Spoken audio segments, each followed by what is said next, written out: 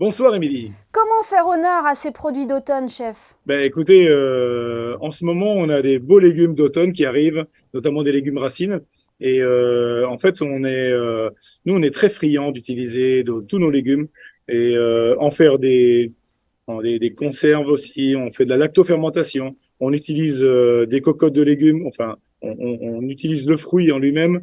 On épluche la peau. Et cette peau, on en fait des consommés, on en fait des bouillons, on en fait aussi des condiments. Parce que ce qui est bon aussi utiliser, c'est les fans et la peau, où il y a le plus de vitamines. Ouais, c'est vraiment la saison parfaite pour faire le plein de légumes. Tout à fait. Ah oui, c'est vraiment les beaux légumes racines, comme des panais, comme en fait les rutabagas, le topinambour hein, qui arrive aussi, et en fait tous ces légumes qui sont un peu oubliés hein, depuis quelque temps. Mais qui reviennent à la mode dans nos assiettes. Exactement. Et il est vrai que on les met en honneur et puis ils se marient bien ensemble. On peut utiliser que des légumes et faire un plat que des légumes. On est très spécialiste, en tout cas là-dedans. Et après, on peut les accommoder aussi avec des viandes, avec un poisson.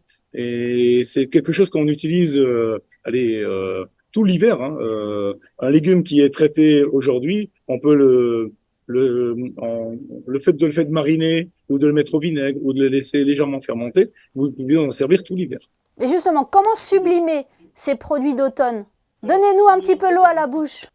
En fait, on utilise au départ, on utilise les légumes crus, en été, au printemps, on est plus dans les légumes crus. Là, on va plutôt les cuire, on va les confire, on va les cuire dans une croûte de sel, on va les cuire dans du pain. Et c'est vrai que l'autre jour, on a fait un tout simple chou-fleur cuit dans une pâte à brioche et servi avec un condiment, avec la moelle de l'intérieur du chou-fleur, accommodé avec un peu de graines de moutarde, avec quelques noix torréfiées. On en fait un condiment comme une moutarde et servi avec cette tranche de chou-fleur avec enrobé de pain brioché. C'est voilà, exceptionnel. Oui. C'est très simple, mais très bon. Voilà. Chef, vous avez toujours été un grand adepte de la naturalité transmise par Alain Ducasse. C'est important, ce retour à l'essentiel, se nourrir plus sainement avec des produits de saison. Et surtout, tout à fait, je suis entièrement d'accord. Et surtout, il faut ne pas manger que des légumes crus. Voilà. Et, il y a des saisons pour les légumes crus, des saisons pour les légumes d'hiver. Et notamment en ce moment, c'est les faire cuire. On peut aussi les utiliser sous forme de potage. Voilà. Et en tout cas, on peut les sublimer en leur donnant. On a tendance à un peu oublier. C'est vrai que la soupe, c'est compliqué. C'est pas compliqué à faire, mais personne n'a envie d'en manger parce que voilà, il faut qu'il fasse froid. Et à ce moment, il fait pas forcément frais, quoi, et suffisamment froid pour manger.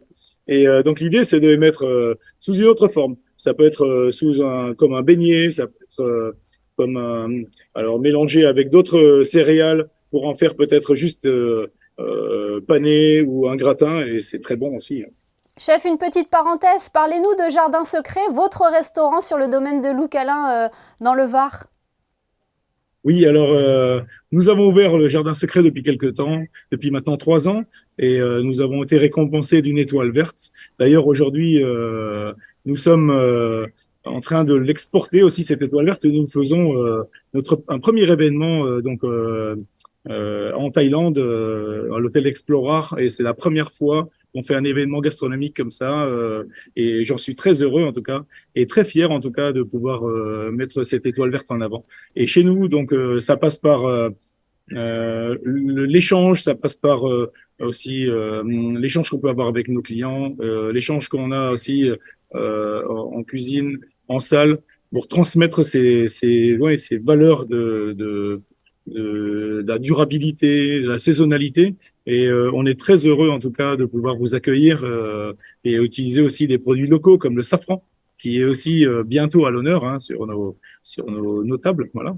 Oui, le safran sur lequel on reviendra très rapidement sur Monaco Info. Merci infiniment Benoît Witz d'avoir été notre invité ce soir sur Monaco Info. C'est toujours un plaisir de vous entendre. Merci beaucoup. Merci. À très vite.